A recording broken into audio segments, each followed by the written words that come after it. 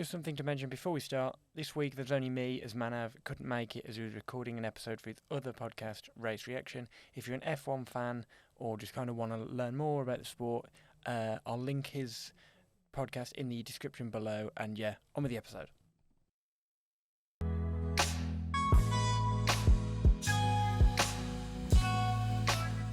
3, 2, 1, and we're live. So thank you for doing this at long last. I can finally hit record for what feels like it's been months of preparation. And yes, can we do this day? Can we do that day? Can do this? No, yeah, the weather's bad.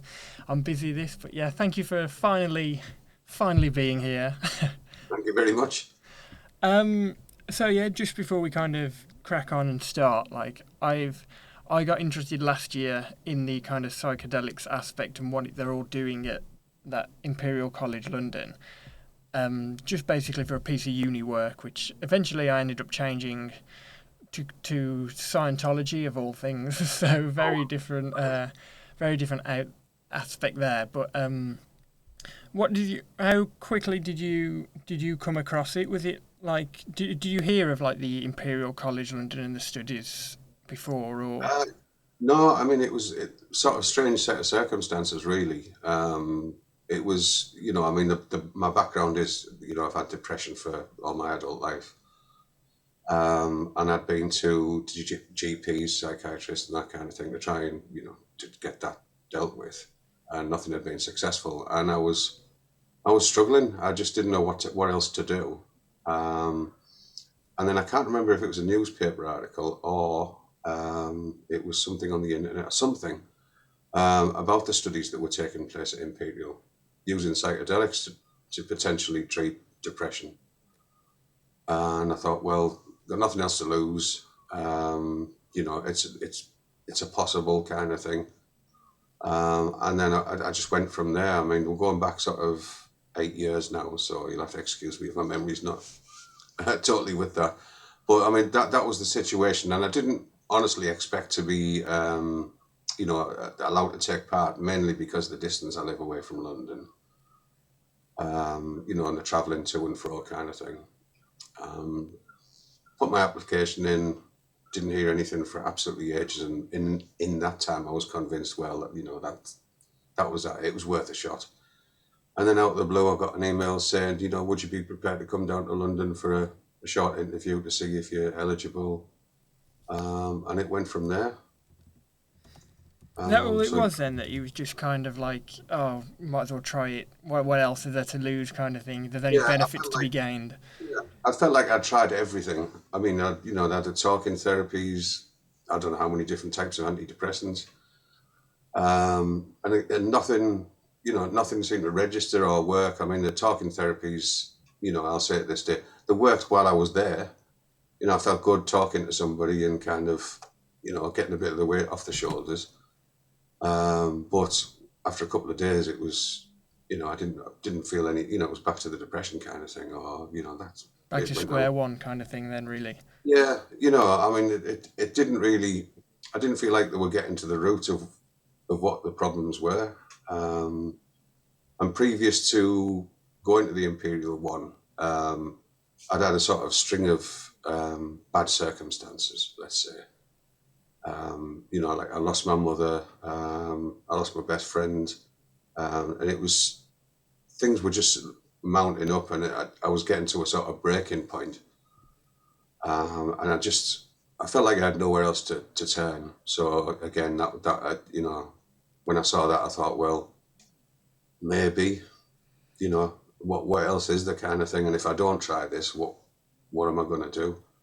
Did you hear much of it before? Because I know kind of, when I've kind of been researching it on the internet, it's kind of like it's kind of grown through like podcasts and different YouTube channels of kind of the benefits of it. But 8 years ago, 10 years ago, whatever, did you hear much of the kind of benefits, or was it just kind of the still kind of argument of, oh no, all drugs are bad, so all negative aspects, with that kind of the main cloud of judgment kind of thing?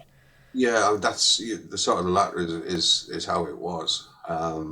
Certainly, with my daughter at the time kind of thing, when there was, because it was psychedelics, and she was so anti-drug of any kind, well, obviously the illegal drugs and this kind of thing. I couldn't bring myself to tell her. I just thought, she's going to think, I don't know, well, I didn't know what she would think, but I just thought she was going to have a really bad view of this. And plus, she didn't know that I had the depression. So I had to make this crazy story up about, I had this inflamed knee. And, I was going on a clinical trial because the doctors couldn't give me anything to help. But at the time, 2015, I mean, the only thing I read was that, they're doing these trials. There was no sort of whether they're good, whether they're bad. And now it's just, as you say, it's a completely different story, completely different. Was that like the early days of the trial then? Do you know if you was kind of one of the first ones to participate, or had been going on for a while previous? Patient number 7 of the first trial kind of thing. So, yeah, there was that kind of newness to it all. And that had its advantages, because I think people taking part in trials now, they must be exposed to this kind of information, that's out there, good or bad. And that may influence their outcome, possibly. I don't know. Yeah, it can kind of give a kind of, and it's not you going in there, not going in there blind, but you've kind of got a bit of background, kind of information, I guess, or you've kind of built up a slight bit of knowledge, maybe biased, maybe not, kind of thing. So I mean, in clinical trials, they've got that to deal with, the sort, the person's background with it. So an advantage in that sense was that I hadn't taken part in a trial. I didn't know of trials, and I didn't know how they worked, and this, that, and the other. The disadvantage was that because it was the first, they were still kind of finding the way around things. So things that are common practice now weren't common practice then. And the design of the trials are a lot better now. But it's still, I still feel kind of proud, really, to be, one of the first in the country to do that. Yeah, well, I guess start with anything. You start off slow, and then they learn more. They learn more. Well, I guess you're both learning. You're learning on the job, really, aren't you? Kind of thing. You're just picking it up, picking it up as you go.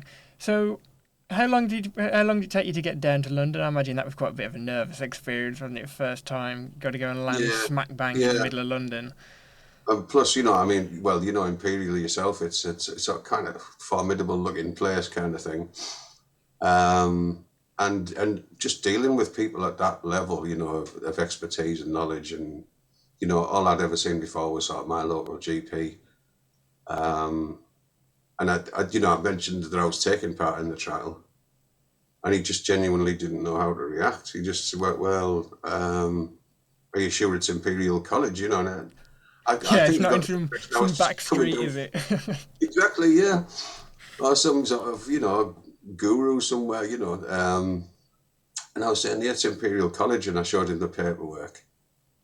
And he said, well, okay, because they had to sign a form as, basically declaring that, I had depression and had been through all of the rest of it. Because the key part of it was that it was for treatment-resistant depression.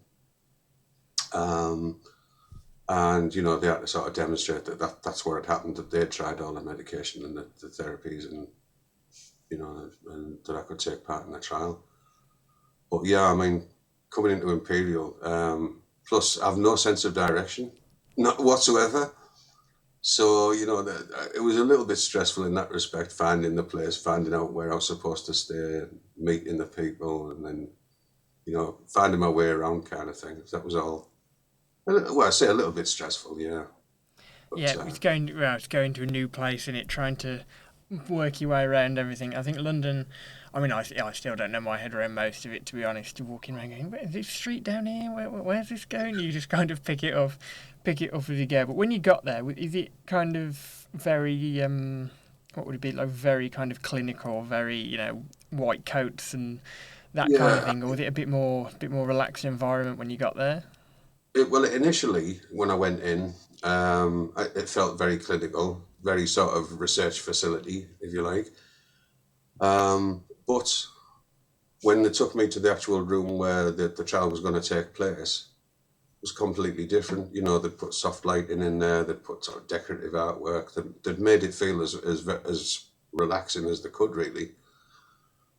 Once I was in there, I felt absolutely great. And then they were playing some of the music that they would play during the session, which is a lot of the music that I like and sort of make myself as well, kind of thing, the ambient kind of music.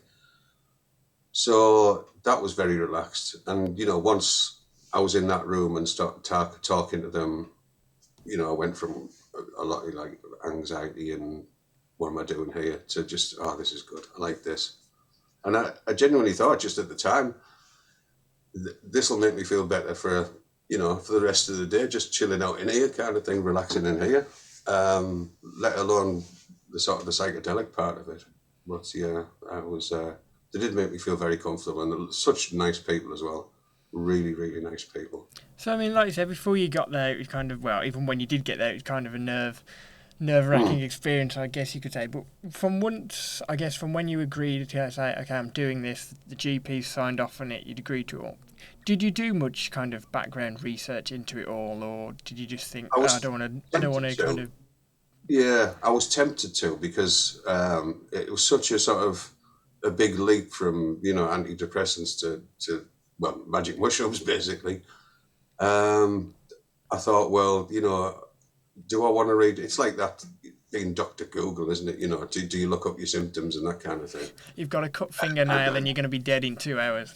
Exactly. Or I'm going to end up completely clinically insane after the first session or something. Oh, well, more insane anyway. Um, and I just genuinely thought, I don't know. I figured it would be better for everything to be new, everything to be, under rehearsed, or that can't just go for gold, basically, and without trying to put thoughts in the back of my mind. And plus, I thought if I read something, it might, if I was in a psychedelic state, that might crop up as well. And I didn't want anything to I wanted it to all be fresh, kind of thing, Yeah, you don't want to go in with like predetermined biases, really, do you? You just kind of want to hit the ground running when you get in there. So you arrived there, you got in, you sat down, did whatever. So was it because I know they do different ones, don't they? Is it like psilocybin, or there's mushrooms, or there's different ones? Yeah. Which one was it you was doing? It was a psilocybin one. I think they do MDMA now, DMT. I'm not sure what others, but and for different things, they're starting to do them for eating disorders now.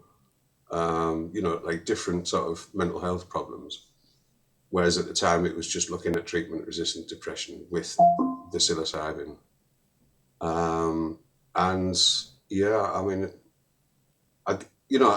had cards on the table when I was, I think, probably your age, really. I was invited to somebody's house, and they started handing out magic mushrooms, and I'd had a psychedelic experience in the past. There was a little bit of that playing on my mind. Is it going to be like all of those years ago when I did that? Because that was just crazy, absolutely crazy. So yeah, I brought that up. I was open with them about it, and I said, "Oh, trust, it won't be anything like that, because different setting."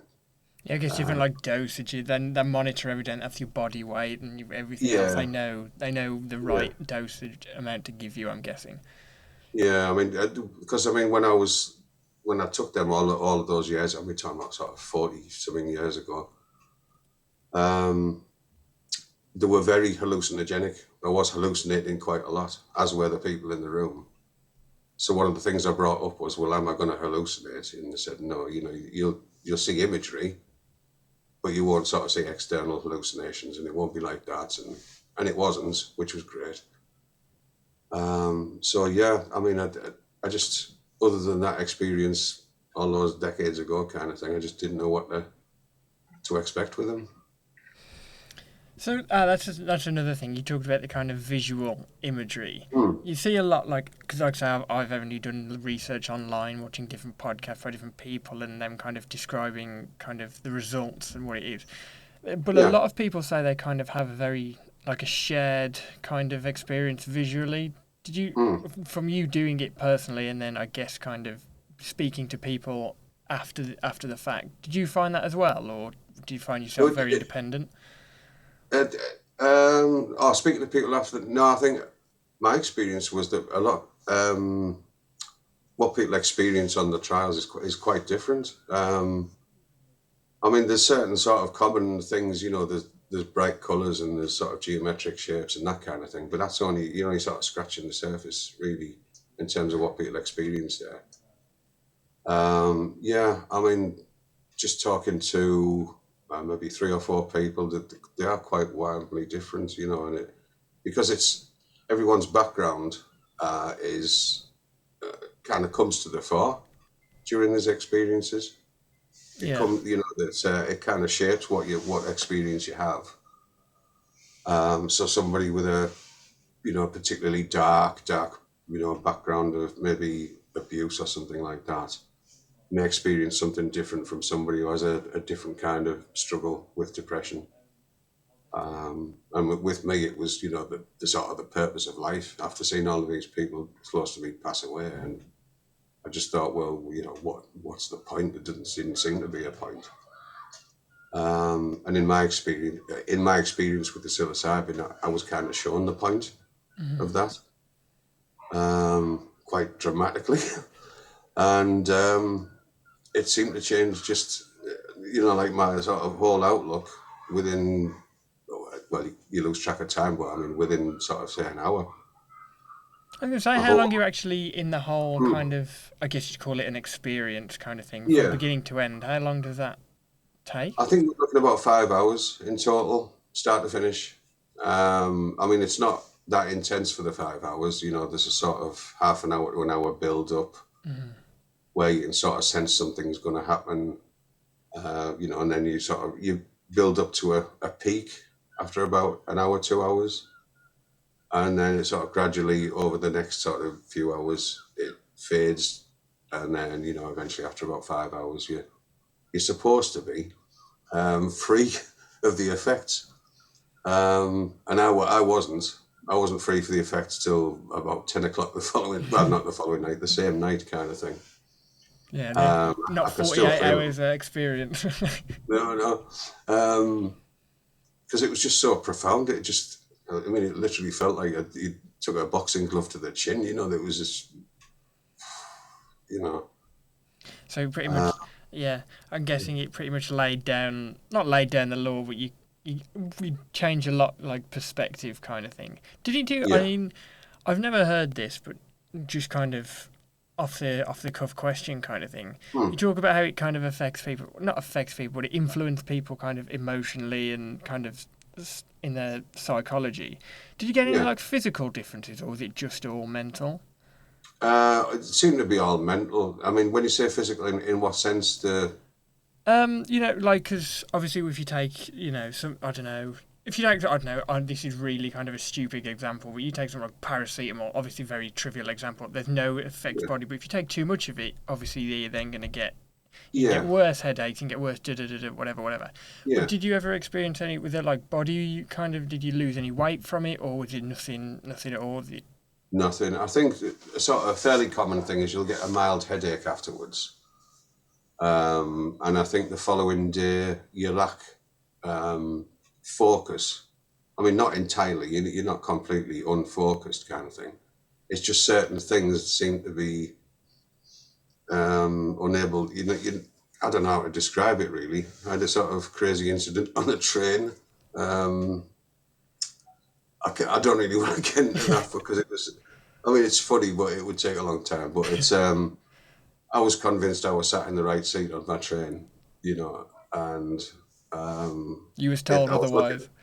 Yeah, well, this couple kept coming over and saying, you're sat in our seat, and I said, I'm not because I've got the ticket, and that's what it says on here, and then they kept coming back, no, you are sat, and I said, and I'm not, and they eventually went and got the conductor, and she came over and said, can I have a look at your ticket? And I said, yeah, of course you can.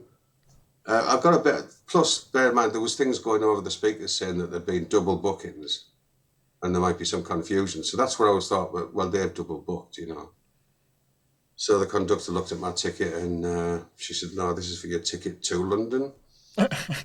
We need you see your ticket back from London. So, oh, okay. So I got, went through my wallet and got the ticket back from London. Of course, it was a totally different seat. Well, I couldn't apologise enough. Well, no Um, matter where you are, you can never work trains perfectly, can you? I'm surprised it wasn't like delayed or cancelled. Was it? Or was it okay? well, I mean, it was, I explained it to my girlfriend afterwards, and I said, oh, I lacked focus that day. And she was saying, you've done that kind of thing before. You can't blame the other side of it, sort of thing. Yeah, you've got an excuse now. You can blame it on Yeah, that. yeah. But I mean, just slightly following on from what happened there was the conductor took me to where my seat was. And then there was just this, I don't know what's happening here, and I felt really, really sort of, I don't know. And I said, well, where's my suitcase? She said, you've got hold of it, and, this sort of thing. So, yeah, and I explained it to Robin Carhart Harris afterwards, because he was saying that, did you find it okay getting back home? And he was saying about the focus, some people can lack that. It's just the following day, and it's not massive, but, just little things here and there. But, Yes. yeah, I mean, physically, just headaches, really, and I think that's the most you can get. And then, of course, headaches are fairly easy to deal with. Yeah. Oh, I thought you were gonna say you got to your seat and there was somebody else sitting in there or something. No. Then there would have been trouble. So you left the kind of trial. You went back home. Hmm. When was it the trial? 2015, did you say? 15, Yeah. yeah. Yeah. Yeah. So you did that and you went home. Yeah. What was the kind of days and weeks like after? Did it take a bit to kind of drop back into kind of normal daily Yeah. life, I guess? I mean, Or this is one of the things we're covering with Beckley because it's probably one of the most important parts of a clinical trial is integration. How do you get back on with your life afterwards? Um, and because it was the first trial and everything was still new, I think they were still trying to find the feet with that a bit. How do we do that best? But personally, I mean, when I got back, I mean, I felt like I could take on the world. I could do anything. All my confidence that I'd lost was back. Um, I just, and my girlfriend, it was just like you're a different kind of person, kind of thing, better. yeah. Um, and just previous to me going on the trial, my GP had referred me for cognitive behavioural therapy. And I'd had 2 sessions before I went on the trial, and we weren't getting anywhere with that. And I said to the guys at Imperial, well, what do I do? Because I don't think I need this anymore. And they said, no, you can go back. So, see how it goes kind of thing. It wouldn't do any harm. And my first session back, my therapist was just floored. She couldn't believe the difference in me. I said, well, I told you I was taking part in this trial, and she absolutely just could not get over the difference. She wanted to know all about psilocybin. She wanted to know if she could take part in a trial. She wanted to know details about how she could refer other people to the trial because she saw such. And I said, well, what now then? She went, well, you're cured, but you're like clear off kind of thing. There's nothing I can do for you that this hasn't. Which was great, I mean, because I felt great and I could see that she could see the results. So yeah, but the difficulty comes around when you try to explain your experience to people, because they can see that you're suddenly a different person. You're brighter, you're fresher, you're more, you're just happier kind of thing. And you try to put into words what happened, and you can't. It's just so difficult to try and explain why you're different or how it's worked and that kind of thing, because the experience is always just totally personal. It's and then some of the sort of things that you try to describe, it's kind of like trying to tell somebody about your dreams. Yeah. They start off being very interested, and then the minute you sort of say, well, I was walking upside down and forget it. You know what I mean? They just People switch off and go, yeah, what? yeah. Oh, their eyes glaze over, kind of thing. So it is difficult to explain those kind of things. But I think that the majority of the people who'd, like friends and family who'd seen me afterwards, they're just overjoyed, really, that it had such a positive result from it. Yeah, would you call it like, I know you said there's kind of like an overall happiness kind of thing and just a greater respect for kind of everything around you. Would you call it just like a general happiness? Was there kind of more kind of, I guess, like not like mental quickness kind of thing? Was you more Hmm. kind of in that capacity better, or was it just overall, and that because you was overall feeling better, it led to you being like faster and better in other areas? Yeah, I mean, it was. What I'd say is that I'd gotten a perspective on life um, that I'd never even really. I mean, I'd sort of looked into because of the people dying. I'd sort of, well, what happens if when you die, kind of thing. I think it's a fairly common question. And over the years, I'd sort of seen different things about that. Is there something? Isn't there something? And because I'd had such a profound experience with this, um, I got I came away with the knowledge that this sort of, it or whatever you want to call it, this life is just sort of transient, really. It's not. Um, it feels like an exam of sorts. Hmm. You sort of got to do all of these various things, learn all these various, uh, you know, ways of being. But this isn't the important bit. This is this. I just came with you. It's like a virtual reality thing. I came away feeling like this is kind of like a big virtual reality thing to prepare us for something else. But nothing religious about it, or nothing particularly spiritual. Just it was a sort of this is how it is. Don't take it so seriously because this isn't the important bit. Um, and don't sort of dwell on things or don't get massively upset about things because at the end of the day it's kind of a game. It's not really, you can walk away from playing a game on a console kind of thing and you don't feel like you're still involved with that. You've got a separate kind of reality from it. And it was that sort of sensation, really. Just do your best, but the important bit is what comes after. um, and what comes after is a lot better than this. So don't get yourself hung up about it, kind of thing. Don't stress about it. Because yeah, like you said, that does sound. It sounds like a religious. It just sounds something Yeah, like it you'd does. read Yeah. like in a religious text or something. But you've never Mm. kind of. Did you like in your youth or something? Was you very religious? Did you lean that way at all, or nothing like that at all? No, nothing. Well, if anything, the opposite. My parents were very sort of Christian, and I kind of rebelled against that. I didn't really want to be a part of that. So yeah, I mean, it just I'd looked at things in about afterlife and this kind of thing in the past, and like everybody, is it true? Isn't it? I don't know. Who knows, kind of thing. I sort of kept an open mind, but I wasn't convinced one way or the other. And this thing just sort of said, well, it actually showed me a tiny part of it, Mm. and that it's the truest thing I think I've ever felt in my entire life. Like this is the truth. The stuff that you're going back to, kind of thing, is is the game, is the fun part, is the not so serious part. And I deliberately felt like however I'd been shown that, I wasn't going to be shown too much of it. It was just enough for me to then go back, kind of thing. So you did that. You went home. You kind of, I Mm. guess, slowly like reincorporated yourself back into kind of everywhere else, and not wanting to shout about your experience. Oh, I was on a trial. I was number Mm. 7 on this trial. Look at me, kind of Yeah, thing. Did you end up going back again? Did you do it again, or was it just there, kind of there the wasn't one a time possibility experience? to do it again.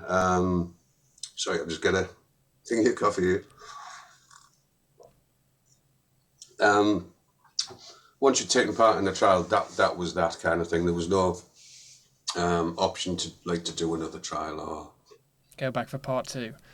yeah. And the sort of strange thing about my trial was that I'd had all of these profound experiences and, things that had changed my life around. With the lower dose, you get two doses, a 10 milligram and a 25 milligram. And I'd done all these, this great experience on the 10 milligram. And then I was told, well, be prepared kind of thing, because the next one's, is going to be a lot stronger. And so I was kind of psyching myself up for that. And when I came back a week later and I had the 25 milligram, very, very little happened. Some of the times I just felt, well, should I just say, nothing's happening here? And I just thought, well, just, relax it. But nothing at all compared to the first one. You think it'd be the other way around, wouldn't you? You'd think you'd have a slighter experience the first time around, and then, you got a bigger dose. Yeah, you hit with more of it, I think that's generally how it works. But with some people, myself included, if you don't leave it long enough between two doses, that's what happens. And I think they changed the trial shortly afterwards so that there was a 2-week gap between the first and the second dose. And I think, I don't know about the sort of the pharmacology of it all, or, how long it stays in your system, etc. But yeah, and I was emailing Robin saying, "Oh, please, can I come back and have that 25 milligram kind of thing?" And it just wasn't an option, unfortunately. So I often wonder what the second dose would have been like. But yeah, it's just one of those things. It was unfortunate. Felt like I'd seen the trailer for a great film kind of thing. Yeah, and just waiting for the final act now. Yeah, and then when I got to see it, it was some kind of, I don't know, pirate copy, and I couldn't work out details, and it was really, really sort of, I don't know, I would say about maybe 10% of the experience of the first. Yeah, you got Japanese subtitles underneath it, and you're just waiting for the main one. People coughing in the background. Yeah. Would you go back and do it again, or do you think I've done the one now? I've kind of experienced what I think I wanted to, or what I feel like I should have experienced. Was that enough, or would you do it again if you got the opportunity? I would. Yeah, I'd love to take part in another trial, quite definitely. But there's a couple of things that put me off that. And one is that because it's still early days with these trials, I feel like I might be taking somebody else's place, where, like I've had a go already kind of thing. I might be stopping somebody else from having their first go and having the sort of same experience that I had. Yeah, and I don't know. I'd like to, I would say, but, I don't know whether that's ever going to be a kind of possibility. Because, these, for it being such a fantastic experience and for it lasting so long for me personally, it lasted, well, I would say I was still positive of the effects about after a year. And I think the common thing is sort of 3 months, the effects start to wear off. Mm-hmm. So, yeah, what do you do? What do you do? Right, what I'm going to do, I'm just going to pause this now. Yeah, so we're back? Yeah, we're back.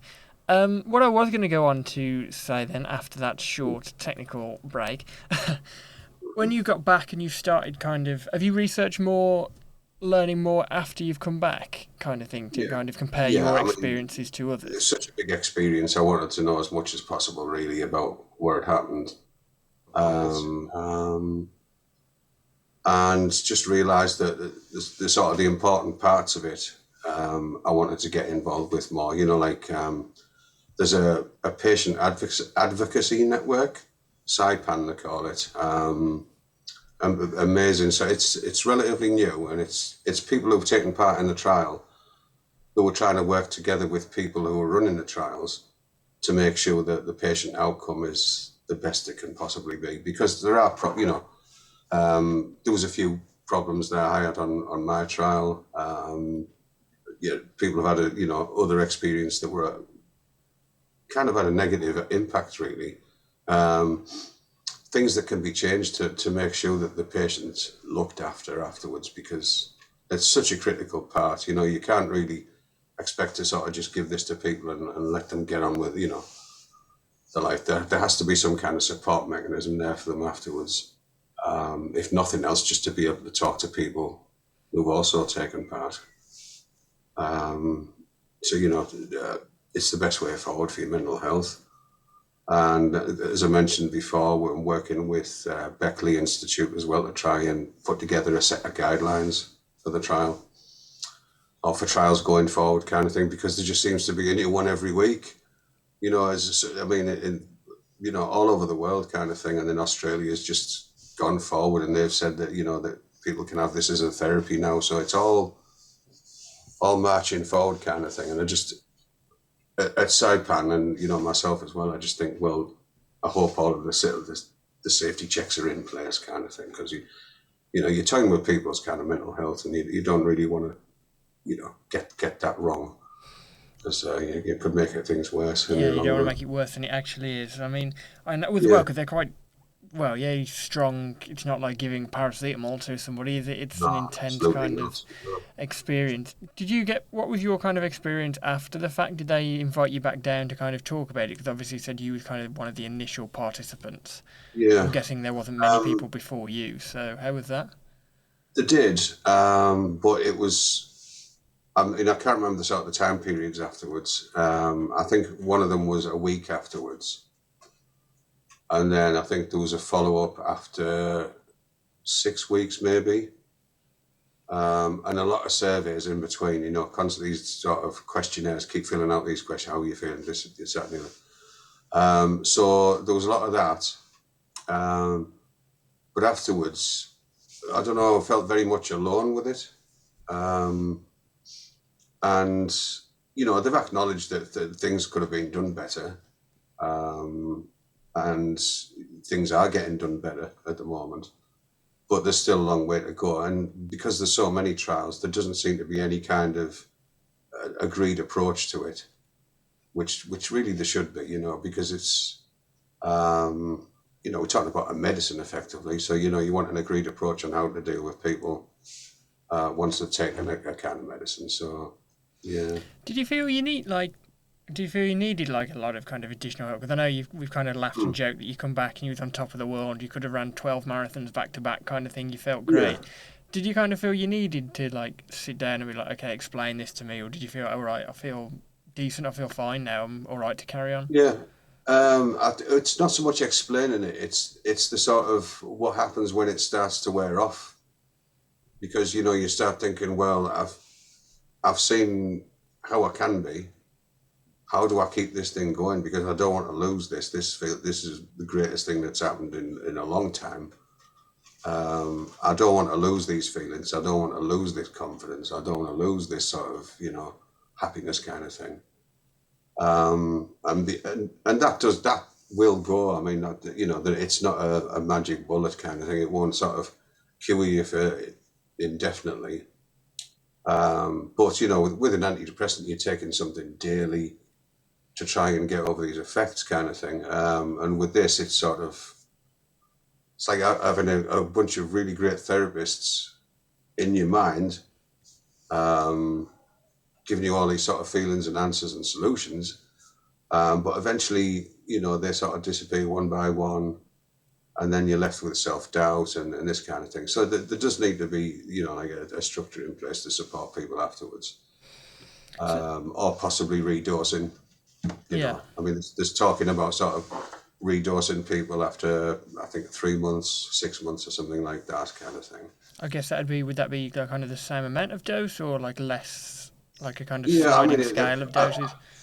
I don't know what sort of level of dose it would be, but it would be enough. I mean, you've got to consider that people are taking antidepressants every day. So if you give something to somebody once every 6 months, then it's no big, you know, deal kind of thing. It's not like they're hooked on anything, or, you know, they're going to start knocking on the door, demanding more kind of thing. It's just kind of like a top up, that sort of thing, really, just to sort of keep you going, keep you on your toes, and that sort of, you know. And it's not just the drug itself, of course; it's the therapy that plays a part in that. So, that would have to be accompanied by, meeting with a therapist and discussing things. So, So, like, yeah, I think that. yeah, well, yeah, where are you at now? Because I know you've spoken about the different kind of events, and when we tried to speak before, you was like, oh no, Mm, I am in London, but I'm kind of up to my eyes in different jobs yeah, to do and people to speak to. How often do, like, you come back or even go, like, around the country kind of thing, or virtual kind of meetings and speak to kind of people and then go and, like, share your experiences that way? Have yeah, you done more than that, more of that now since? yeah. I mean, there's been the work with Beckley, and then the Saipan group that I mentioned. We were doing work there, um, and most of that's virtual. It just so happened that recently there was an in-person meeting with Beckley, followed by the psychedelic conference the day after. And that was just crazy kind of thing. Yeah, I mean, there's no sort of set time pattern kind of thing, but it's enough to keep everything going and keep the ball rolling, as it were. I still like to be involved in more. Um, I give a talk. I'm trying to think where it was. I think it was Cheltenham. Yeah, it was Cheltenham last year at Cheltenham Science Festival, um, and that felt like a biggie, because excuse me, with it being a science festival, and I'm not a scientific kind of guy, I'm not really up on a lot of things scientifically. I was quite sort of anxious about that, but it was probably one of the best ones I've ever done, to be quite honest, because people are just so warm and genuine and wanting to know. And I figured I'd just go in there and there'd just be a bunch of scientists all with their arms folded and scribbling notes down the side. It was complete opposite, complete opposite. And the thing that fascinates me, and it still fascinates me, is that all of these kind of mystical experiences that people have when they take part in this trial, um, how science is kind of grappling with the sort of that kind of things, because it seems like it's the opposite in a lot of respects. If people start describing, well, I felt like I was in the presence of whatever, God or something. How does science address that? And it fascinates me, that sort of that line between science and spirituality, because it's I think both sides have their answers, the ultimate answers kind of thing, and the ultimate answers are probably going to be smack dab in the middle of both of them, I think. Yeah, because I know you think there's a lot of like scientists or things that are very much like, no, this is fact. We run by this. I mean, I've just Mm. started reading that book now. What's it called? The Selfish Gene by Richard Dawkins. Have you heard of that? Yeah, And that yeah, I know he's very like in his opinions of no, it doesn't exist. There is no religion. mm. It does not exist. Whereas you do something like what you've done, and Mm. it's like, well, where's the line? There's no Yes, straight line now. Either you've blurred the line completely yeah, between yeah, something that is medicinal and arguably, like say, scientific with the speaks with the talks that you've given, but yeah, then also very spiritual and religious in its aspects. So where is that yeah. line now And it's kind of it's drawn? not just me either. I mean, I forget the name of the documentary. I think is it Spirit Molecule, maybe, or something like that, where they've given DMT just to scientists, neuroscientists, neurologists, and this kind of, all the people um, who have a background in science and nothing else, basically. And then you hear them and their experiences, and their experiences, in some respects, are more spiritual than the experience that I had, or more otherworldly or whatever. And maybe it's the sort of the cruel part of me, but it's just it's fun to see them trying to explain that in scientific terms, kind of thing, because there aren't scientific terms, and in a lot of cases they have their views on life and reality and consciousness um, completely flipped around because of their what happened, and some of them have said the same thing, that I've said, kind of thing, that feels more true than what I've been doing and this sort of thing. But yeah, it's well worth checking out anyway. Yeah, I mean, it is very kind of. I wish I could remember his name now, but there's one scientist. Oh, I can't remember his Mm, name, but he was like devoutly like against any kind of religious aspect, and he said after yeah, that he'd done something similar, and gone, Yeah. actually, no, now I am. He completely reversed his opinions Yeah. and go, okay, now science's aim is to prove the kind of legalities and realism of religion, not to Mm. kind of fight against it and to Yeah. separate the two as far apart as you can. It's actually to prove one to try and prove the other. But Yeah, and I think it's always a mistake to sort of stand on one hill and think you've got the ultimate kind of truth. You know, that all of these different things are going to lead to, greater knowledge. And the dogma, it's pointless sticking by, if it says so in this book, then it must be true kind of thing.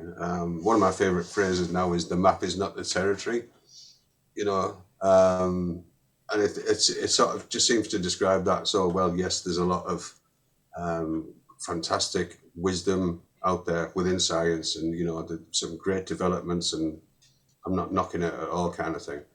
But there's a real danger of assuming that that's the only way you're going to find the answers to everything, kind of.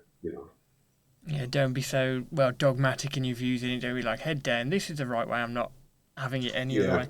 Do you think then, like, obviously from your own personal experiences and seeing other people and speaking to other people that have gone through similar or read and watched things, Mm. where do you think it's kind of heading now in terms of like legalities kind of thing? Because you look at obviously the maps in America with that Rick Doblin, he has aimed so much to try and make it more legalized and to bring stuff like that Yeah. over there for kind of medical purposes.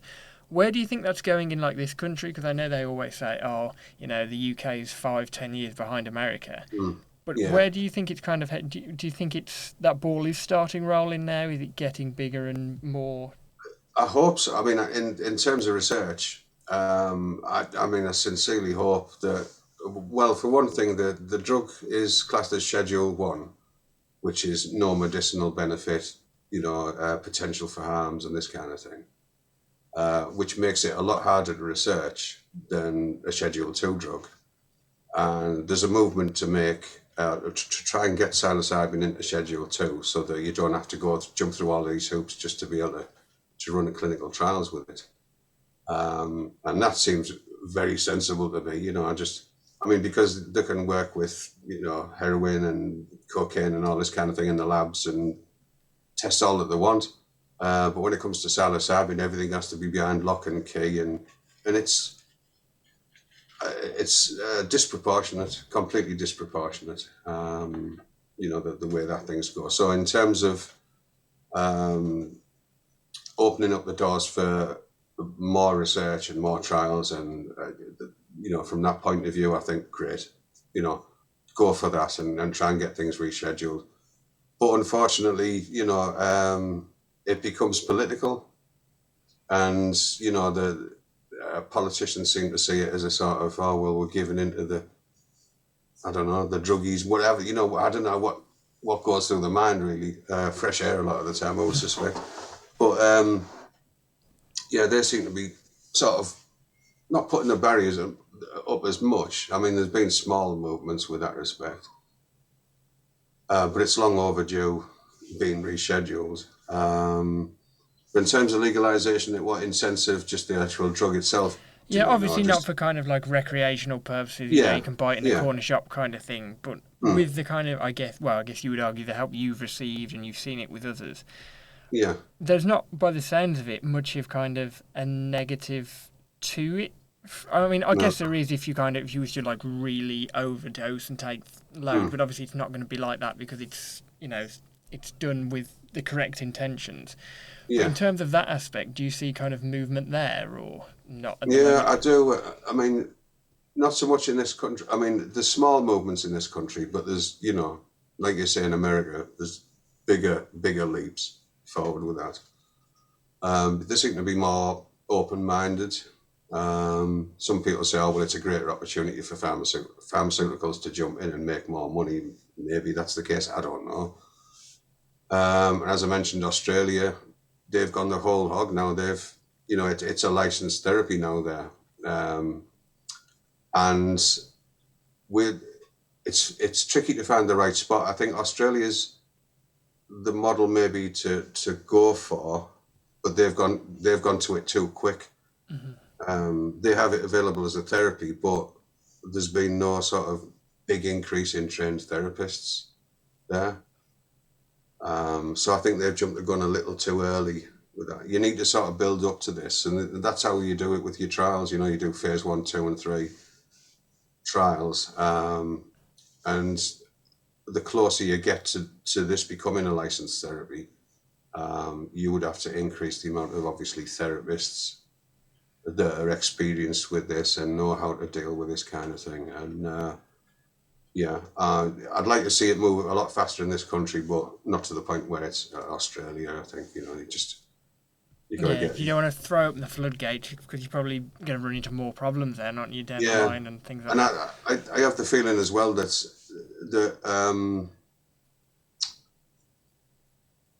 some people, politicians probably, are looking for something to knock this back down with.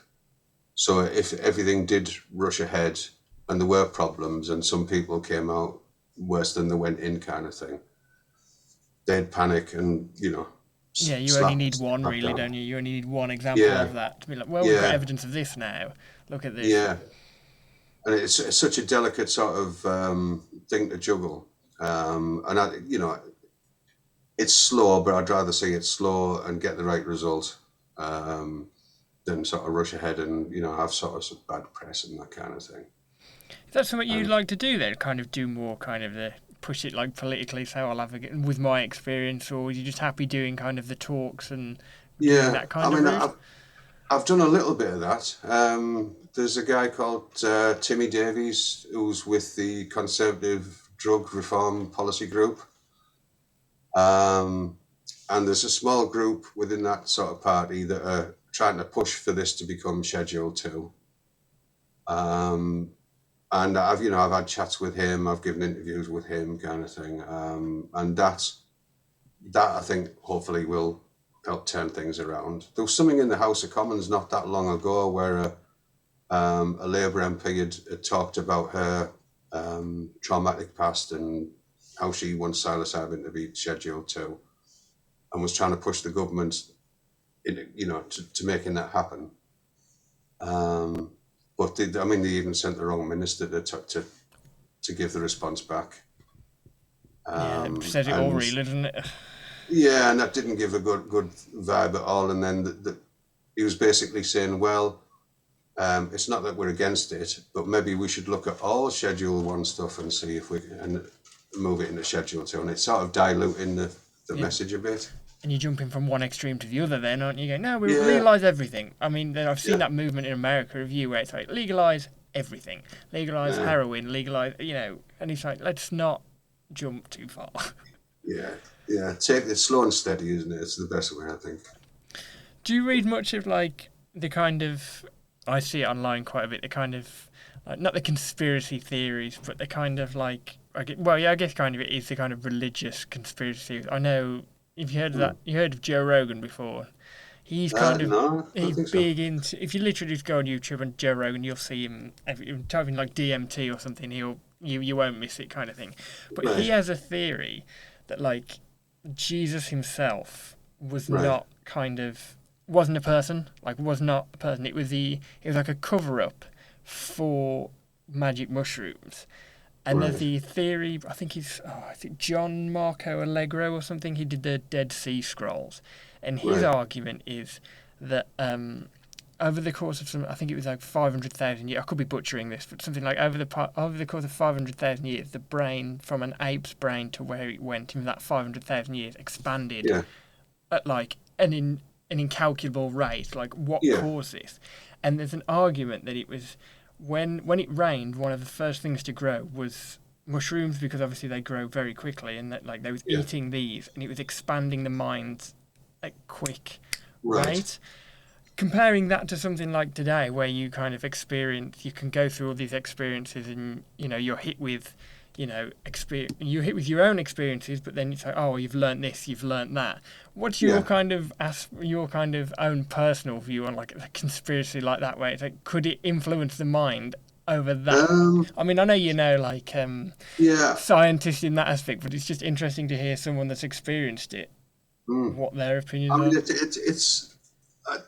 I, I superficially, I know a bit about it. I think they call it the stone ape theory thingy Yeah, or yeah, something. that's it. Yeah, Yeah. yeah. I mean, I know a little bit about it. Um, and I think it was just part of a documentary I was watching just generally about, fungi and that sort of thing. And it sort of piqued my interest, but I don't think it was, I think it may have had something to do with maybe how language developed or something like, it may have had an effect, but I don't think it was the cause of, if you see what I mean. Like any great sort of push forward in terms of religion or that sort of, religion or brain development. Um, well, yeah, I mean, certainly religious ceremonies. I mean, obviously there are religious ceremonies that use psychedelics, um, and I think that there's a part of that where like a lot of religion is the spoken word that's passed up through generations, and then like Chinese whispers, it just becomes bigger and more elaborate with each sort of retelling. So I think there's a potential of some religious um, accounts being, initially a psychedelic experience that then got embellished over time and then, gained a following or possibly, you know. But it's not something I would pay a lot of, put a great weight to, kind of, I can see why people might think that, but I'm a bit skeptical myself about, Yeah, it that. sounds good, but how does it apply in realistic circumstances? Yeah. Yeah, I mean, there's so many other factors. I mean, people sort of forget that, thousands of years ago, thunder and lightning kind of thing was miraculous to a lot of people, and it would be, because it had no context. There was no science. There was nothing else to explain it, or the stars. This kind of, so there's a lot of importance played to those sort of things. So, yeah, I mean, a psychedelic would have an effect. But I don't think it's the driving force, as it were, behind. Yeah, I mean, Yeah. my favourite. Have you heard that Christopher Columbus story of when he first went over to the Americas and they wouldn't give him any food? Do you remember that? No, no, no, He was no. What's going this? over there. He went over. He was. I think he was about to head back, and they had no food. And he spoke to these Yeah, Native Americans and went, "If you don't give me your food, basically, the devil's going to come across the sky and cover the sun for hours on end." right. And they was like, "Yeah, yeah, whatever, whatever." But he knew there was an eclipse the next day, Oh, okay. so when Yeah, it did come, they was like, take yeah, whatever yeah. you want, kind of thing. Take everything you need and Right. go. I think he Yeah, probably ended up wiping out that entire tribe, to be honest. But it yeah, is that kind of mix between the religious aspects and the scientific knowledge of it, tying back to yeah, what we said before, isn't it? I guess yeah. just to kind of draw this to an end, then. Hmm. Where's next for you? Is it another trip to near Bellingham? Was it where you went the other week, or Oh, what's next? well, the trip in terms of, well, I mean, there's different connotations of that word, isn't there? Oh, take that however you want. Um, well, trip, yeah, I mean, a psychedelic trip would be nice. There's no disputing that. But,